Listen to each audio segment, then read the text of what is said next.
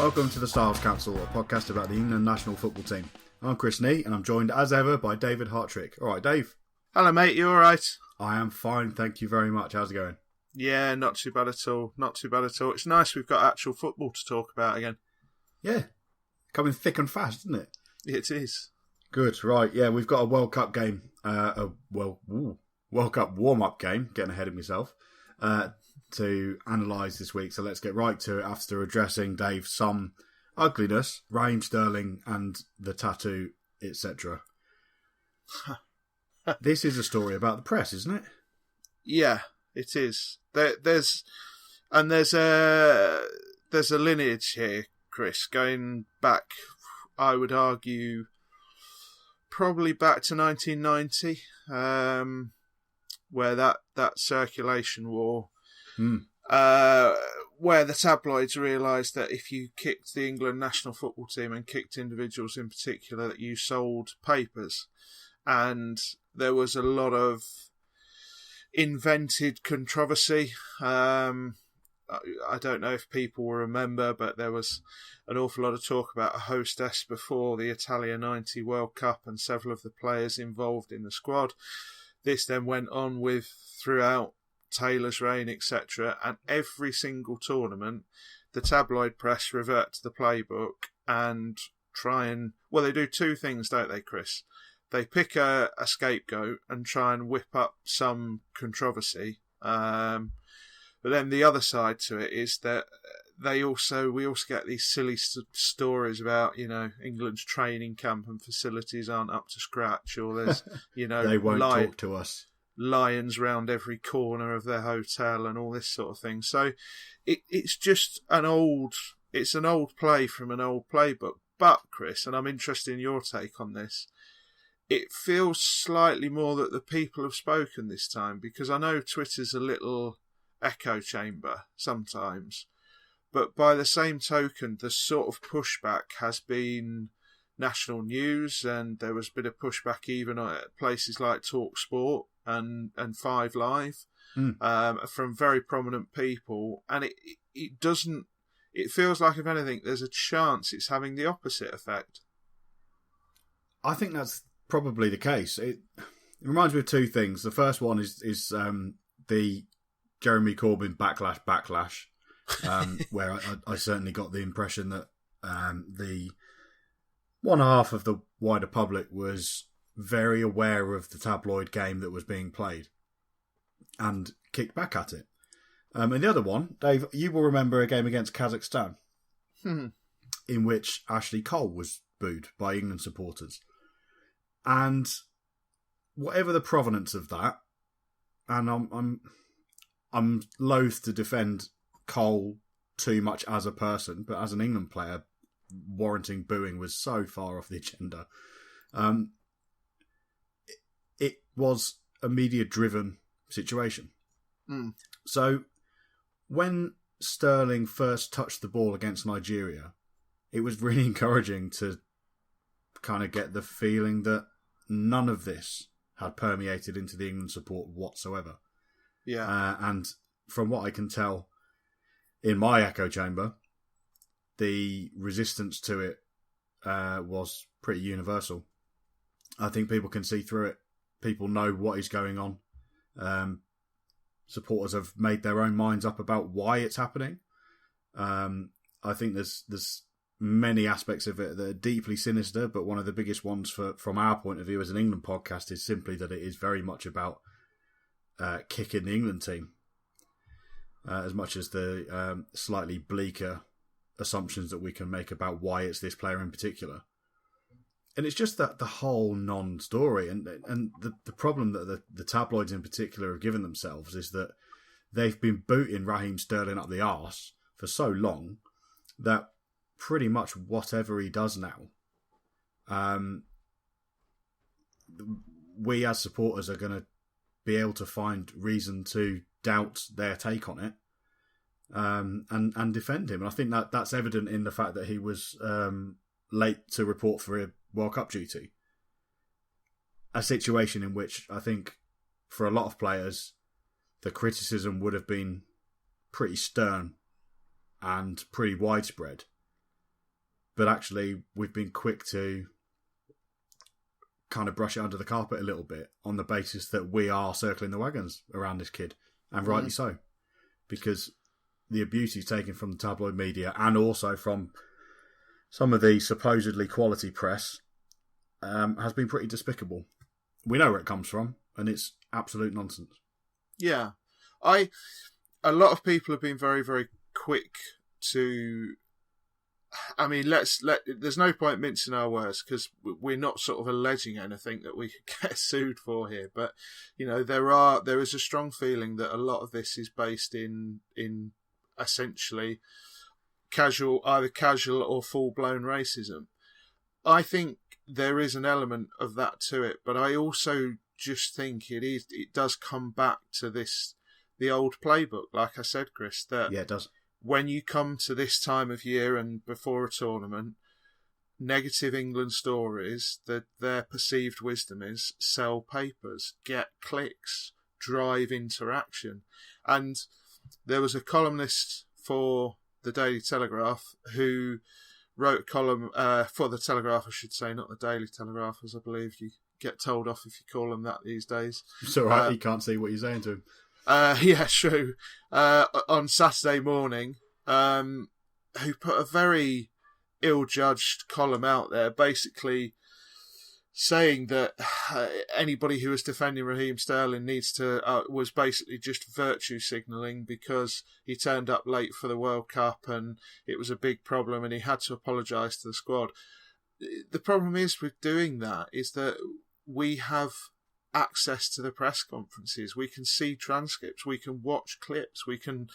It's not like the old days where these things were done in some dark corner of a football stadium and managers would have to trust the press to write what they'd said and couldn't really do an awful lot about it when they couldn't.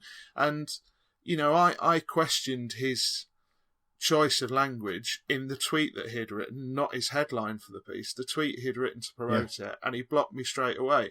And as somebody pointed out, he got pretty much the reaction he wanted, which was lots of interaction, freshened up his follow list on Twitter by blocking those who disagreed with him, and lots of people talking about him. You hadn't even heard of the gentleman involved before No. all this kicked off on Saturday. So, you know, that is the issue. That's the problem. England are still huge news to the supposed quality press and the old tabloid press. But the pushback has been... It's been good to see. It's been nice to see. And, you know, long may it continue. And there was a media day done on the day we're recording this, and the England Twitter feed has put up several pictures, and the contrast to old media days is just so noticeable, just from the photos alone, in that you've got a load of players who don't look like they're being forced there at gunpoint. All 23 players were there and available, and all at the same time on a one-to-one basis in this huge room where they've each got sort of the board behind them, and it just, the whole thing, even from a distance, just felt so much less pressured. And we've got an England manager who's working to try and create that environment. So shielding, have this sort of public shielding that we're all effectively providing in saying, no, we don't want to listen to this crap anymore. We don't believe it. We know where it's coming from. You know why you're doing it. Only adds to that feeling within the England squad himself. And I'm sure Raheem Sterling will have looked on Twitter and searched on Twitter, and he'll have seen some absolutely awful stuff, but he will also seen some incredibly encouraging messages as well. So yeah, it's we're finally not having it anymore. Yeah, exactly, and that can only be a good thing for England's future. Yeah, I think it's reflective of the wider feeling about this England squad as well. I think we're all pretty down to earth. We know we've got a likeable squad, realistic about chances in Russia, and I think that calmness has kind of seeped into the response to this whole thing. We do need to address the showing up late, Dave, because it's important here, and I think it's important in the sense that it's reflective of Gareth Southgate's handling of everything, and of our view of Southgate, because due to what came before it, learning that Sterling had showed up late, my instant reaction was, that's Gareth Southgate's issue. Mm. And I don't care. Mm. What I care about is that the manager handles it the way the manager wants to handle it. And I think it's been impressive the way he's handled it. He's obviously got what he wanted out of it. It was really interesting to see his interview with Gabriel Clark before the game. Yeah. I agree. Because I thought it was obvious that Southgate had been annoyed by this. Mm. But he moved to protect Sterling by not dropping him, which I think, had all of this other crap not happened, I think he would have been dropped. Yeah, and I agree with that. But the way, like, all the stories came out, the day the story came out about being late, etc., and the sort of latest stick to beat Sterling, the England and the FA Twitter feed posted some pictures of Raheem Sterling essentially mucking around in training with Jesse Lingard and, you know, smiling and a few emojis and all that sort of thing. And that move to, you know, that is something that is driven by decisions from the very top, from Southgate himself. That is not something that is happening by coincidence, that level of, you know, look, this is where we are. And I think you're right. I think it's obvious he was annoyed, but at the same time, I think it was very obvious that he wanted to make sure that people knew that he'd dealt with it. And the perceived criticism of Gareth Southgate is that he's not a motivator, he's not a jump up and down, he's not a harem-scarum manager. I think he was quite keen to show that this had been dealt with, everybody had moved on, but yes, it annoyed him. And I'm quietly, you know, I'm not full Southgate yet, but I'm quietly coming round to the fact that he is, I genuinely get the impression that he is learning on the job. You know, I really feel like he is 1,000 miles away from where he was 12 months ago. And by the time he's done a major tournament with this squad, he'll be another 1,000 miles further on, you know, in 6 weeks' time. And I like that.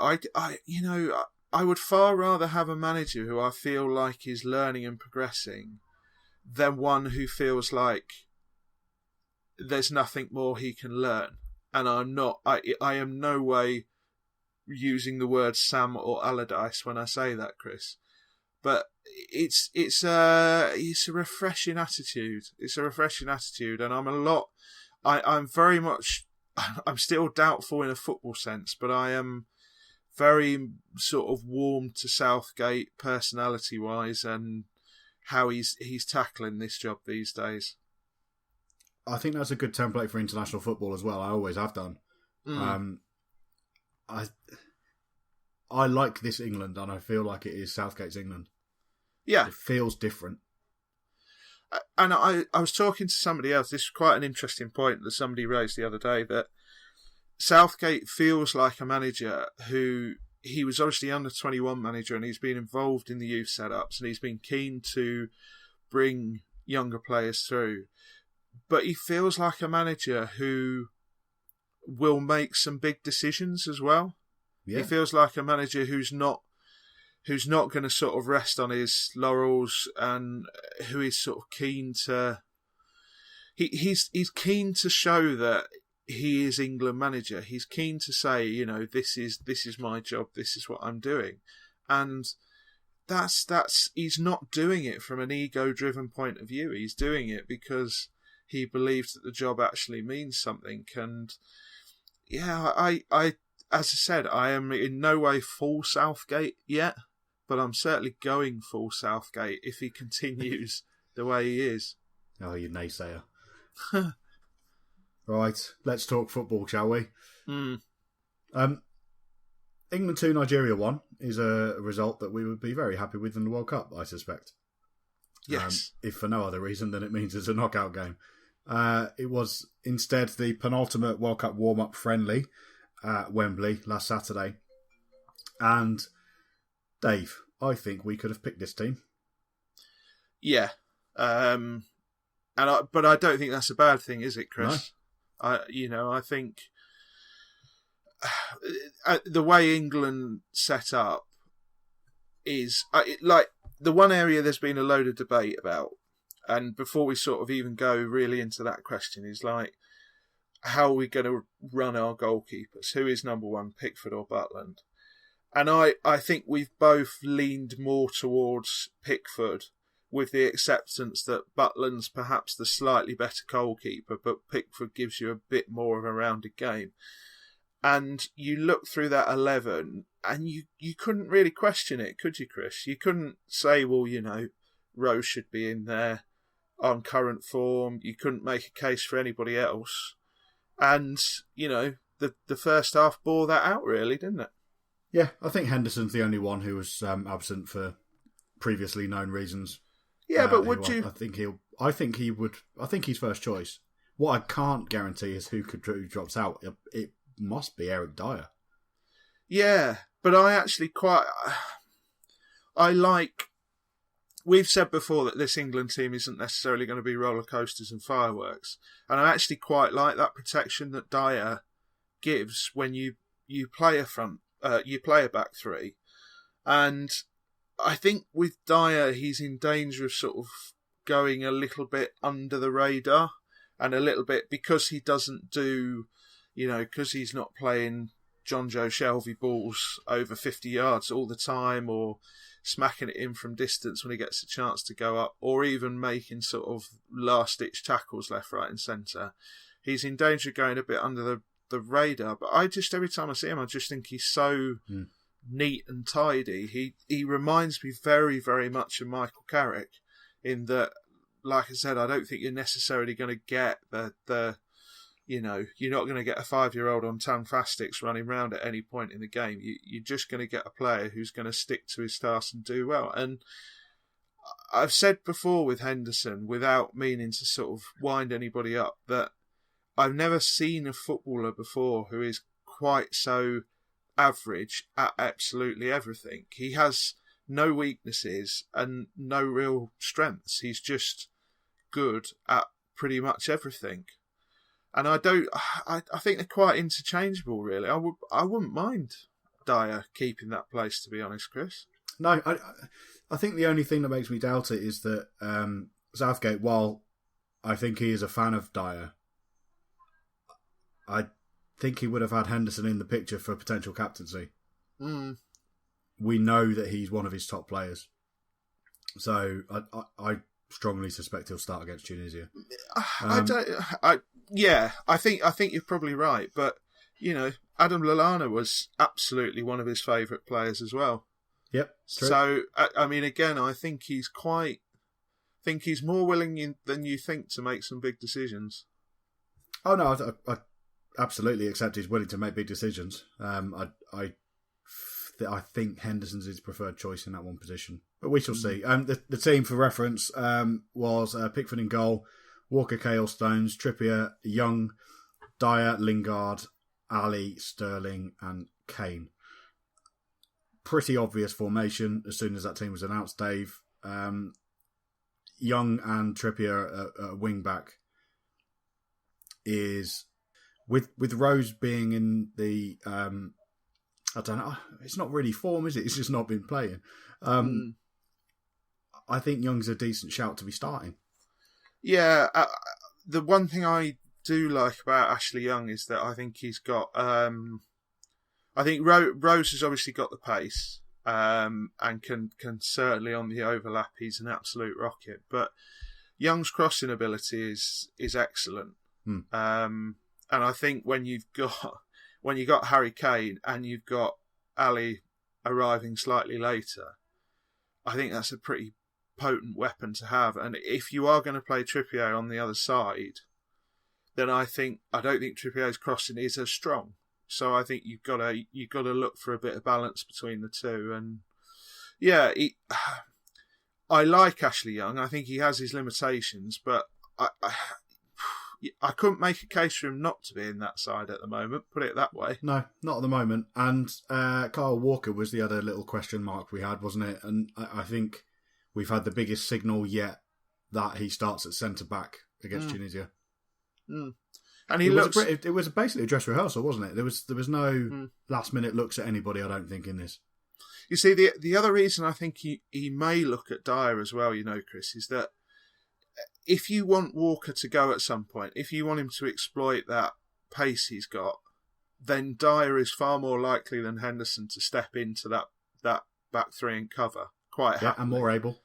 Yeah, and so I think Walker is quite a decent weapon to have, and Stones. I think it's fairly clear his confidence has been knocked a little, but he looks okay. Cahill is having a wonderful renaissance at the moment. I mean, I've never been a huge fan, but he's certainly last couple of England games he's looking excellent. But Walker is the one who is really, really neat and tidy on the ball, and also capable of playing that ball that's a little bit different, that breaks the lines, that gets a Lingard or an Ali on the front foot. So yeah, I'm very much all for it. I think we had good width out of the wing backs against Nigeria. They were hugging the touchline, those pair. Yeah, and that kind of provided the basis for another display of quick, aggressive passing football. I think England are pretty good to watch when they're in full flow. They are. And the first instinct is to go forward, even when it's a little risk. Yeah. And you've got to take risks at a World Cup to win games, because even with the group stage at the start, you're essentially pitched straight into knockout football, because you've only got 3 games, Chris. And if you lose one, you are right up against it from the get-go. Yeah. That's how it works. So I like the fact that Stones is more than capable of playing a decent ball. We've got Walker back there who really can. But the player I want to talk about, and the player who is a real weapon for these wing-backs and for Lingard and Ali in midfield in particular, is Jordan Pickford, Chris. And I was watching deliberately on Saturday to see what his distribution was like, because everybody, people who know far more than me, tell me that's the difference. Butland better keeper, but Pickford is an excellent keeper and different gravy when it comes to playing it out. And there was a moment in the second half where the ball ran wide on the left-hand side, and he came out and he had the option of, there was a Nigerian player chasing him down, and he had the option of rose-heading it or looking up and trying to play it into midfield. And he played this ball, he sliced across the ball on the half volley from just outside his area, dropped it into midfield to Lingard, I think it was, on an absolute sixpence, who was in space. And this was a completely deliberate action. This wasn't, I'm just going to punt it up the field. He'd had a look. You could see him, because I actually rewound it to watch it. You could see him look to see where Lingard was. And I genuinely saw that and thought, bloody hell. That is incredible. So I was then watching, I was then keeping an eye on it. And his brief is that basically, if we can play out from the back, get it to one of the centre-backs or get it to Dyer to turn and try and play it forward, no issue whatsoever. But if you need him to pick out a wing-back who has suddenly found some space, or, as I said, Lingard or Ali who have managed to find himself a little pocket, what a weapon. What a absolutely wonderful, really. And he never looks like he's going to chuck a goal in either. So I don't think he's a bad keeper. I'm certainly not worried about his keeping abilities. But, if you can have an 8 out of 10 keeper with 10 out of 10 distribution, I will take that every single day of the week in modern football. Yeah, I'm worried now, but not before you spoke. Kiss of death. Overall, Dave, it was such a weird game. And I kind of went into it not bothered about the result. And I've kind of come out of it not bothered about the result as well. But England looked very, very comfortable in the first half. And then one sucker punch. And the second half was a little bit more frayed, wasn't it, in terms of an England performance? But don't you think that says more about Nigeria than England? I think it says plenty about Nigeria. Because I've been on preview duty for Football 365 for the World Cup, and Nigeria, I've described them as the most interesting groups, most interesting team, because this Nigeria team they are not their own worst enemies anymore. Their Gunnar Roar has got them very organised, very compact, and they've got some real quality on the ball going forward. They've got a really pacey attack. And that first half performance from Nigeria was miles out of step from where they've been. I mean, they qualified, they got the sort of hardest possible draw in their qualifying group, and they qualified unbeaten, apart from a game being warded because they fielded an illegible player. They've got depth on the bench. You know, they're bringing on Premier League players from the bench, and that first half performance was pretty bad. The second half performance, I think they got a bit of a hairdryer at half time, if I'm brutally honest with you, Chris. And I think they came out very much on the front foot, and they got the goal. They completely deserved the goal as well. And I mean, it was a good move, wasn't it? Let's be honest. It was a good move, and no blame attached to Pickford whatsoever, really. A brilliant finish, that, Chris, by the way. Oh, yeah. Superb finish. Yeah, superb finish. And as I said, I think this Nigeria side could catch a couple of people cold at the World Cup. Me and Dan Story have a bet, as you know, that I think they could well qualify ahead of Argentina in second place. So I thought they were good quality opposition, and I think it's all right saying you're not bothered by the result, Chris, but I think having seen bad Nigeria and good Nigeria and still coming away with a 2-1 win, I actually think that's very positive overall. Yeah. Very positive. I'm happy with the positives. That first half performance, I think we would have given anyone a game. So I'm very happy with that. Just on the Nigerian goal, Dave, do you said no blame on Pickford. Do you have any doubts about Kyle Walker in that position? Because Igalo caused them a few issues controlling the ball and having the shot that hit the post. But I think it's just one of those things, personally. Yeah, there's two sides to it. Walker is not a central defender. He's a fullback doing a job at central defender. And you have to say, well, yeah, there are going to be times where he's going to struggle in certain situations. It shouldn't be underestimated. Odion Igalo he's a brilliant striker, Chris. He's a really, really good striker who would cause, top-line, experienced central defenders problems, and I believe will do at the World Cup. I honestly think that. So, when you have a striker like that, I don't care if you centre backs are Baresi and Baresi, Maldini and Costa Curta as a three. There's going to come moments in the game where you are going to get turned. You are going to give that little bit of space away. And Nigeria are a very good attacking unit, but they got that goal and then they pressed on and they kept the pressure up. And we didn't really put another foot wrong at the back, did we? No, I think we were very comfortable, really. Chances were kind of few and far between. They had a couple, but I think probably an easy save for Pickford from Mikel was the closest they came, I guess. Yeah, it was for all the pressure.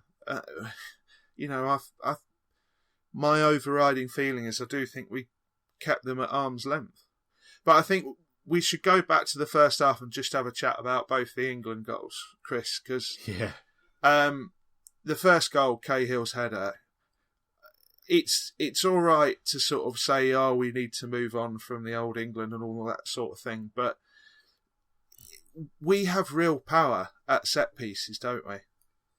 Certainly do, and having seen Cahill score goals from that sort of position before, particularly at club level, he's one of our most potent players in that situation. He's certainly not the only one. Good to see him getting off the mark after a while, because he could be important. Yeah. And again, something somebody else pointed out to me. We were talking about the abject lunacy of making Harry Kane take corners. And somebody else pointed out to me, when you've got a couple of centre-backs who are capable of heading the ball like that, and a centre-forward who is a poacher, who is a sniffer, and who will be there and thereabouts in that 6-yard box wherever the ball drops. Again, it's a good weapon to have, and I think some people are sort of, a bit guilty of shying away from enjoying a goal like that. Whereas I think, well, yeah, I'll take 3 of them a game every single day of the week. We've also got set-piece takers all over the place. Trippier took this one, but there are loads of them. And it certainly don't need Kane doing it. And that header was unstoppable. Yeah, oh yeah. I mean, it was Victor Moses on the line, wasn't it?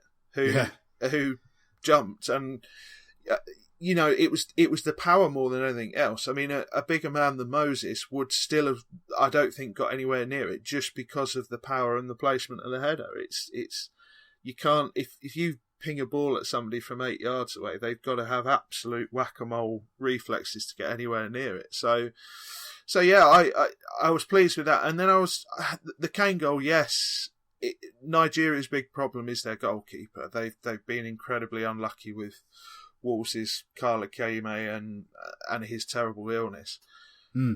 But I thought it was, again, it's exactly the sort of goal I want to see a striker score, to be honest. Just take advantage of, any yard of space you get the shot in. It's as I've always been taught through years and years of training as a striker. If you don't shoot, you don't score, Chris. You take advantage of any opportunity that presents itself. Yeah, took it early.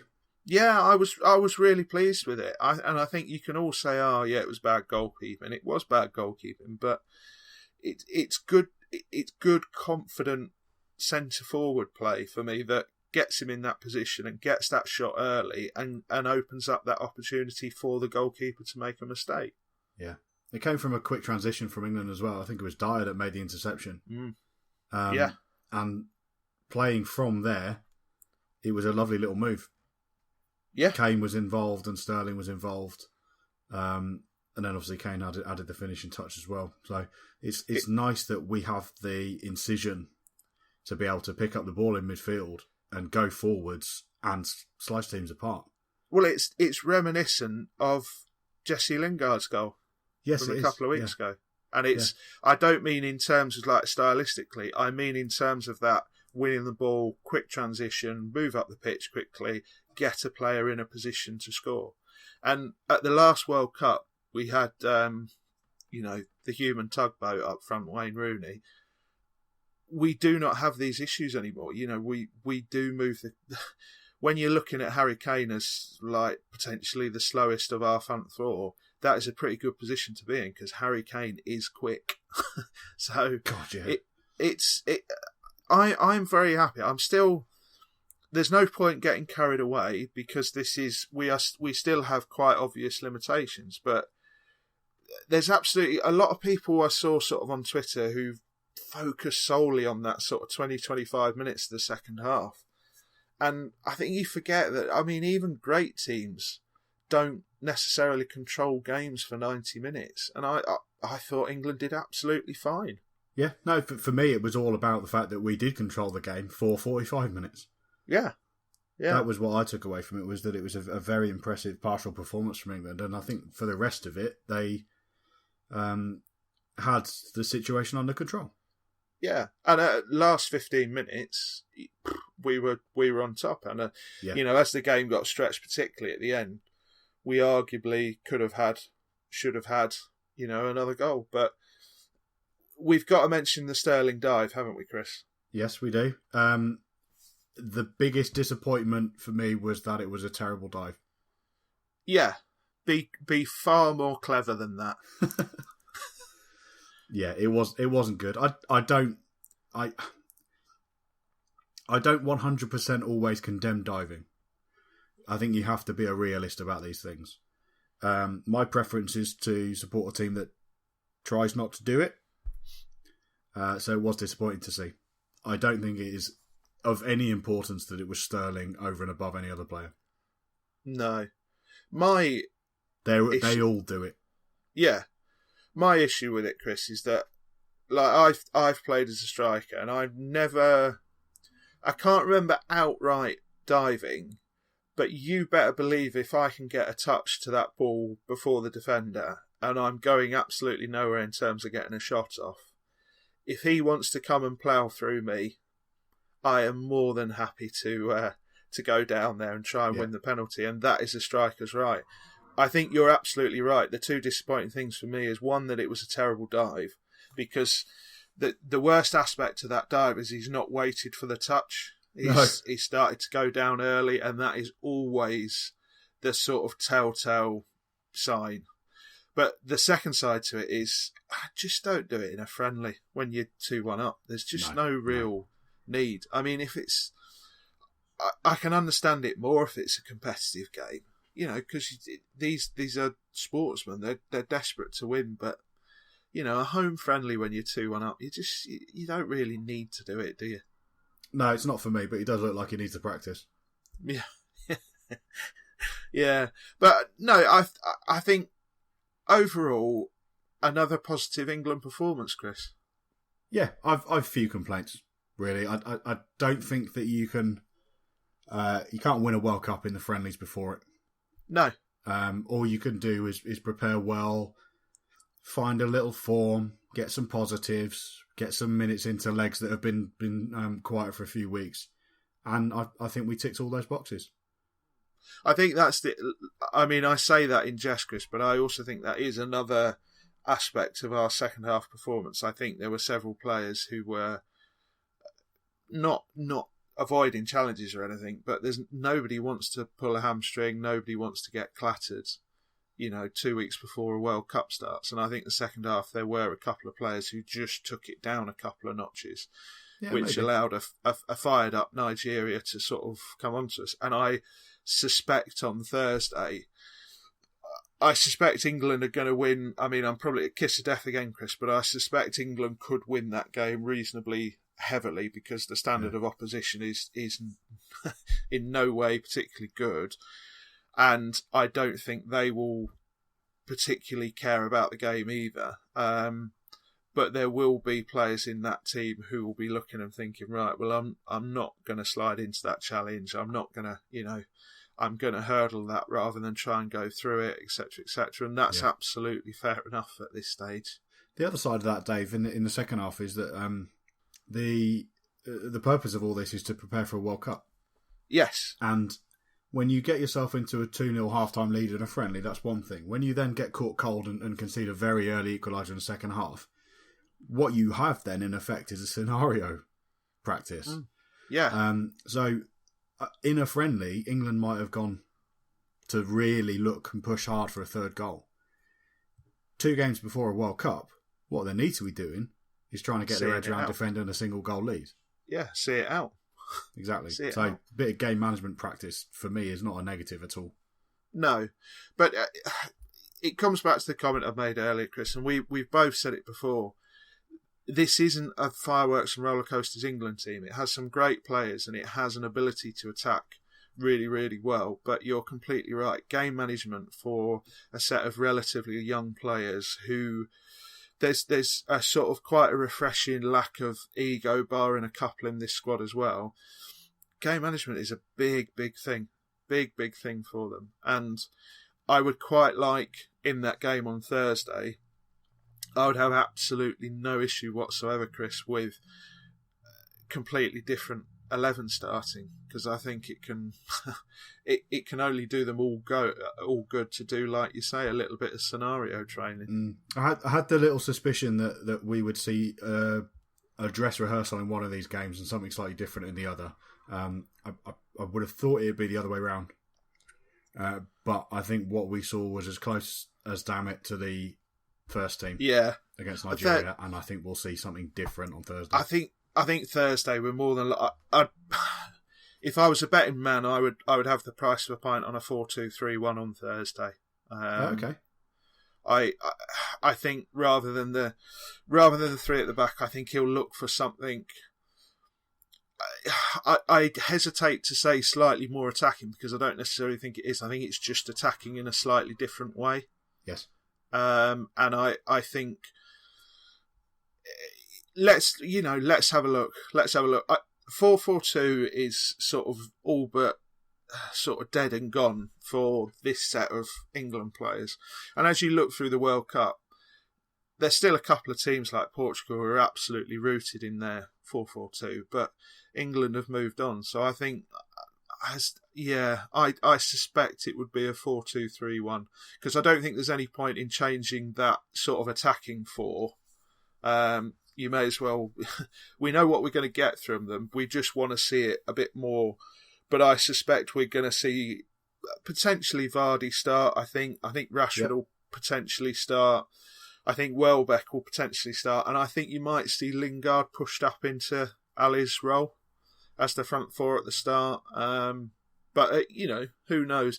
The player I'd like to see start and get a full 90 is Loftus-Cheek, who, when he came on, he got himself into some brilliant positions. I mean, there was a couple of pullbacks from the byline, a couple of crosses. That one in particular for Harry Kane, that was just that sort of half a foot too high. Where, like, I think Glenn Hoddle said something sort of semi-critical about the pass, and I'm like, hang on a sec, here's a young player who's sort of getting ready for a World Cup, playing at Wembley in sort of a decent prestige level friendly, who's got himself in a position to be able to do that from midfield.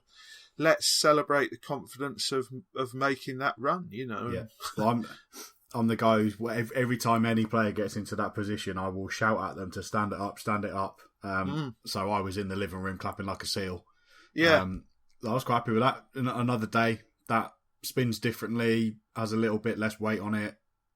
Different run from Kane. Assist in the making.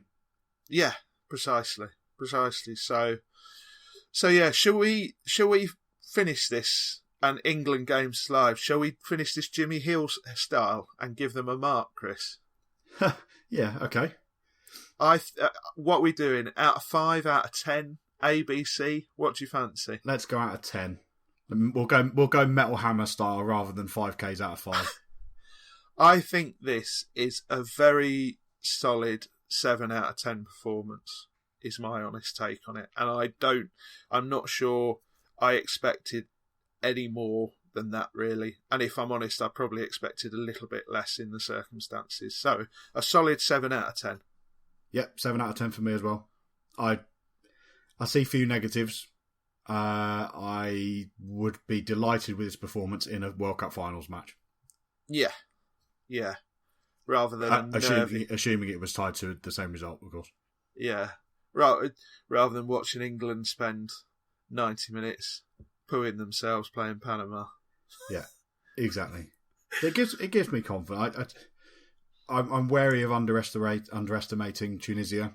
I think we all know that if Belgium magically become the team that Belgium should be overnight, then they have the capability of causing us problems. But having seen the last few friendlies, I am confident that we will at least give ourselves a puncher's chance of getting out of that group in first place. Yeah, I mean, that England-Belgium game, it shouldn't matter. It shouldn't matter. It should be, two dead rubbers in that group, because both teams, if they don't beat Panama, they don't deserve to go through anyway, and both teams should have more than enough to beat Tunisia. So it should be 6 points each and a battle for who finishes first or second, which, as the knockouts go, I don't think matters a massive amount. No, really. I don't think so. This isn't making assumptions either. This is no. I think a fairly routine assessment of the positions you'd expect in that group. Yeah, I think the difference is, Chris, that I think two average performances should still get 6 points against Tunisia and Panama. Yeah. So England do have a window to play well within themselves and still get something out of it. The problem is, if they don't go and get 6 points, then they will have absolutely, cacked it, to be honest. Yeah. And the flip side of all of this is that not getting out of the group is entirely unacceptable.